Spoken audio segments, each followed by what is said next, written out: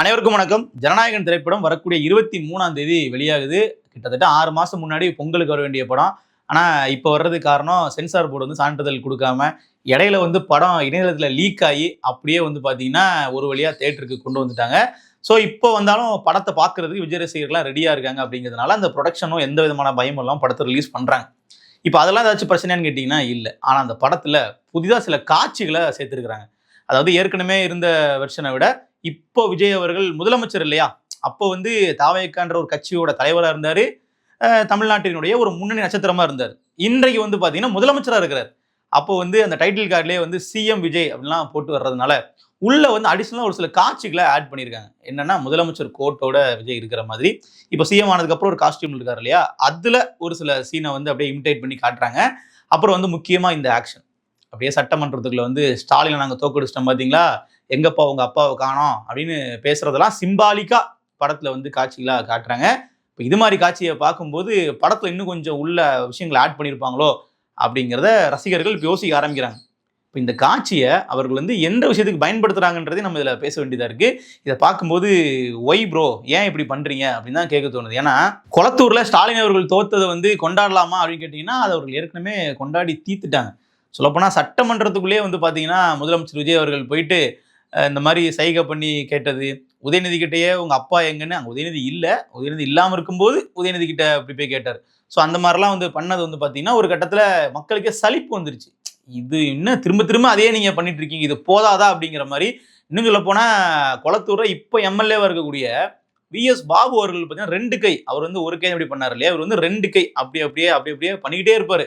எங்கெல்லாம் கேப் கிடையாது அங்கெல்லாம் பண்ணிட்டே இருப்பாரு. பேட்டிலாம் கொடுக்கறது இல்லை, ஒன்லி ஸ்ட்ரைட் ஆக்ஷன் தான் இப்பெல்லாம் பண்ணிட்டு இருந்தார். இப்போ இது மாதிரி தொடர்ச்சியா பண்ணும்போது என்ன ஆயிருதுன்னு பார்த்தீங்கன்னா மக்கள் மத்தியிலேயே இது என்ன, இதையே ஒரு பெரிய சாதனையை நீங்க பேசிட்டு இருக்கீங்களா? இப்போ ஸ்டாலினை வந்து தோக்கடிக்கிறதே ஒரு மிகப்பெரிய ஒரு மக்கள் பணியான்ற ஒரு கேள்வி இருக்கு இல்லையா? ஒரு தேர்தலில் வெற்றி தோல்வி அப்படிங்கிறது எல்லாருக்குமே நடக்கிற ஒரு விஷயம் தான். ஒரு தேர்தலில் எதிர்த்து போட்டியிடக்கூடிய நபரை வந்து நம்ம தோக்கடிச்சிட்டோம் அப்படிங்கிறதுனாலே வந்து பார்த்தீங்கன்னா அது ஒரு பெரிய சாதனையா கொண்டாடுற அளவுக்கு ஒன்றும் இல்லை. முடிவு வந்த தேர்தல் முடிவுகள் வந்த ஒரு அடுத்த ஒரு 2-3 நாளைக்கு இதை பண்ணாங்கன்னா ஓகே. மாச கணக்கில் இதையே பண்றது, படத்துல ப்ரொமோஷனுக்காக அதை யூஸ் பண்ணிக்கிறது அப்படிங்கிறது ஒரு நாகரிகமான அரசியலாவே நமக்கு தெரியல. இப்போ திமுகவை விமர்சனம் பண்ணக்கூடாதா, திமுக தலைவர் ஸ்டாலினை வந்து இப்படி பண்ணா கேலி பண்ணா அது நமக்கு கோபம் வருது அப்படின்னு கேட்டீங்கன்னா உண்மையாவே கிடையாது. ஏன்னா தாவேக்கா அப்படிங்கிற கட்சி ஸ்டாலினை எதிர்த்து பேசுவதற்கு முன்னாடியே பல வருஷமா நாம வந்து பாத்தீங்கன்னா திமுகவுக்கு எதிராக பேசிட்டு வர்றோம். ஸோ திமுக எதிர்ப்பு அப்படிங்கிறது, ஸ்டாலின் அவர்களை எதிர்த்து பேசுறது அப்படிங்கிறது விஜய் அவர்கள் வாயிலிருந்து ஸ்டாலின் சார் அப்படிங்கிற வார்த்தை வர்றதுக்கு முன்னாடியே பல வருஷமா நம்ம பேசிக்கிட்டு இருக்கோன்றதுனால அது விஷயம் இல்லை. நம்ம வந்து இப்போ நீங்க ஸ்டாலின் அவரை வந்து லஞ்ச ஒழிப்புத்துறையை நீங்க அனுப்பி கைது பண்ணீங்கன்னா நம்ம அதை கொண்டாடலாம்.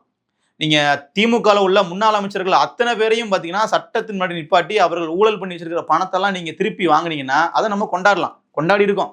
இப்போ தாவேக்கு ஆட்சி அமைச்சதுக்கு பின்னாடியே லஞ்ச ஒழிப்புத்துறையை வச்சு நம்ம ஏவா வேலு மேல, அதே மாதிரி அன்பில் மகேஷ் தொடர்புடைய நபர்கள் மேலலாம் இப்போ வந்து கட்டம் கட்டுறாங்க இல்லையா, அது செந்தில் பாலாஜி அவர்கள் மேலே வந்து வழக்கு பதிவு பண்ணி நடக்கிறது.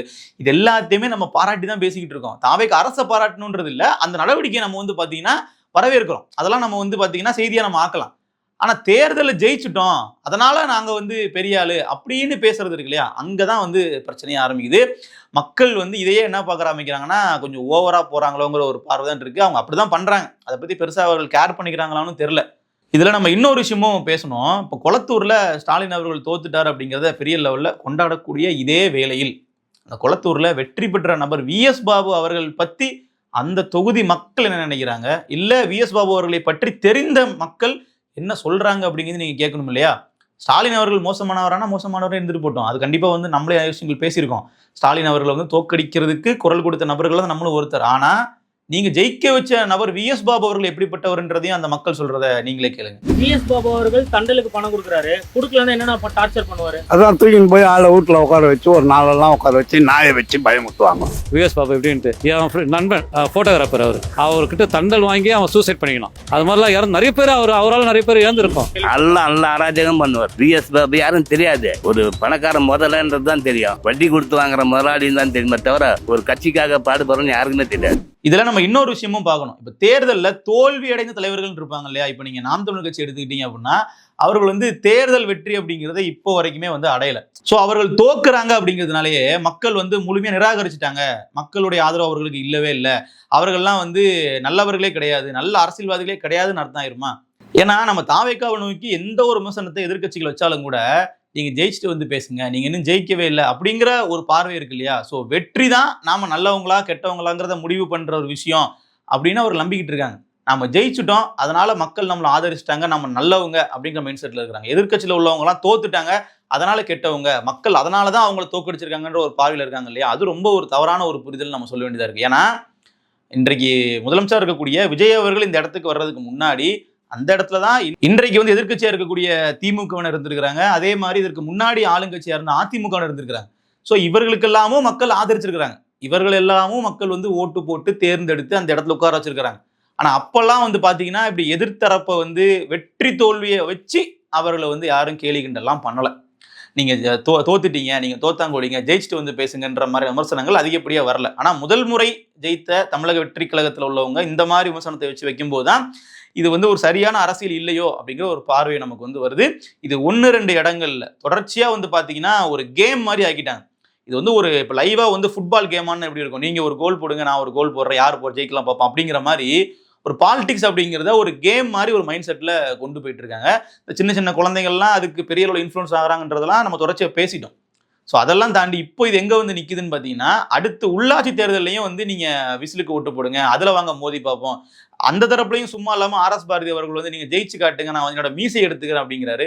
இவங்களும் வந்து ஒரு போட்டிக்கு தயாராகிட்டு இருக்காங்க. ஸோ இதில் நம்ம சொல்ல வர்ற விஷயங்கிறது அரசியல்ங்கிறது அந்த வெற்றி தோல்வியெல்லாம் தாண்டி ஒரு மக்கள் சேவை அப்படிங்கிற ஒரு புரிதலுக்கு வரணும்.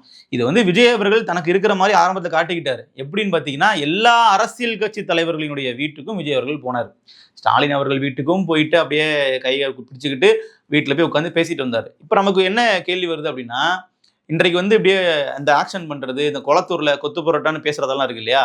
அப்போ இதெல்லாம் பேசுறதுக்கு முன்னாடி அந்த மாண்பு எங்க போச்சுன்ற ஒரு கேள்வி இருக்கு. நீங்க நல்லா புரிஞ்சுக்கங்க, ஒரு சினிமா காட்சி போல இவர்கள் வந்து பண்ணிக்கிட்டு இருக்காங்க.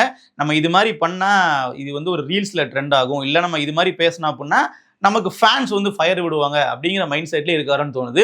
ஏன்னா ஜனநாயகன் திரைப்படம் வந்து வெளியாகுது அப்படிங்கிற செய்தி சொன்ன உடனே இப்போ அமைச்சராக இருக்கக்கூடிய புஷி ஆனந்த் அவர்கள் என்ன பண்றாரு அப்படின்னா, திருவிழா மாதிரி கொண்டாடுங்க அப்படிங்கிறாரு. நீர்வளத்துறை அமைச்சர் வந்து ஒரு திரைப்படத்தை திருவிழா மாதிரி கொண்டாடுங்க அப்படின்னு சொல்லி சொல்றாரு.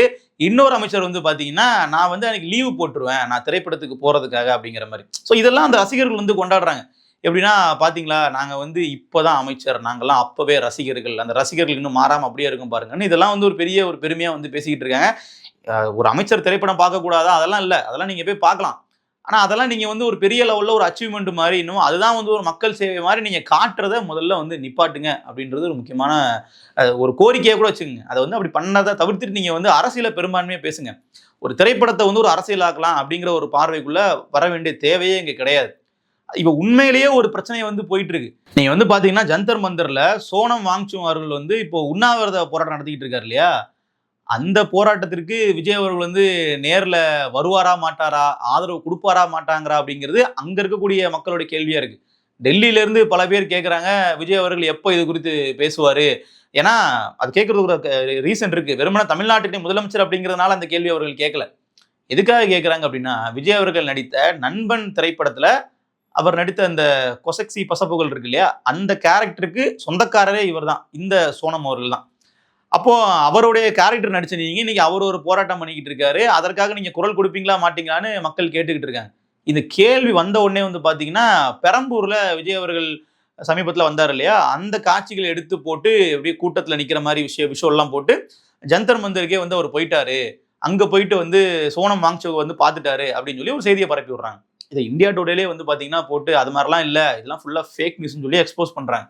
சரி, இதுல ஆமீர் கான கேள்வி கேட்கிறாங்க. ஆமீர் கான் வந்து பாத்தீங்கன்னா ஏன் வந்து அவர் அங்க போகல, அவரு தானே 3 Idiots அப்படிங்கிற ஒரு படத்துல நடிச்சாரு அப்படின்னு அந்த ஒரு நடிகரையும் பிடிச்சு வந்து பாத்தீங்கன்னா இப்ப கேள்வி கேட்கறாங்க, இதுக்கு குரல் கொடுங்க அப்படிங்கிற மாதிரி.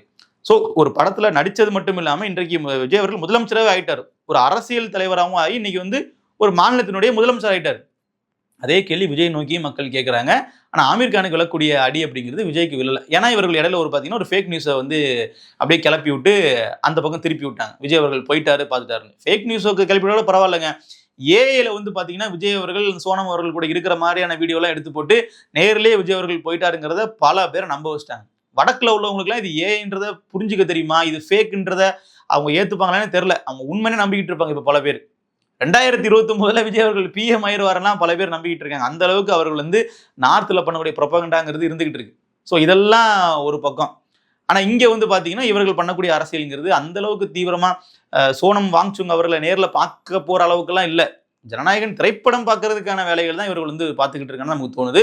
ஸோ அதனால இந்த ஒரு தேர்தல் வெற்றி தோல்வியை வச்சே நீங்கள் ரொம்ப காலமாக வந்து ஓட்டிக்கிட்டு இருக்கீங்க. ஒருவேளை உள்ளாட்சி வரைக்கும் அதையே பண்ணி நம்ம அங்கேயும் மக்கள் விசிலடிக்க வச்சிடலாங்கிற ஒரு மைண்ட் செட் இருக்குன்னா நமக்கு தெரியல. தேர்தலில் ஜெயிக்கிறதுக்கு வேற வேலைகள் இருக்கு. நம்ம வந்து மக்கள் பணி செய்யலாம், நாங்கள் இதெல்லாம் பண்ணியிருக்கோம், எங்களுக்கு ஓட்டு போடுங்க, இல்லை நாங்கள் இதெல்லாம் பண்ண போறோம் ஓட்டு போடுங்கிறது கேட்கலாம். நாங்கள் அவரையே தோக்கடிச்சிட்டோம் பார்த்தீங்களா, நாங்கள் இவரையே தோக்கடிச்சிட்டோம் பார்த்தீங்களா, நாங்கள் இத்தனை ஓட்டில் ஜெயிச்சிட்டோம் பார்த்தீங்களான்றது ஒரு பிராக் பண்ணிக்க வேண்டிய விஷயம் கிடையாது.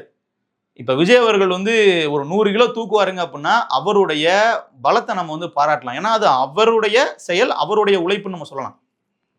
மக்கள் வந்து ஓட்டு போட்டு ஜெயிக்க வச்சது அப்படிங்கிறது விஜயினுடைய உழைப்பு கிடையாது. அது மக்கள் எடுத்த முடிவு. அந்த வெற்றியை கொண்டாட வேண்டியது மக்கள். அந்த வெற்றி மக்களுடைய வெற்றி. இன்னைக்கு விஜய் வின் பண்ணார் அப்படின்னா அவருடைய தனித்திறமையால் அவர் ஜெயிக்கல.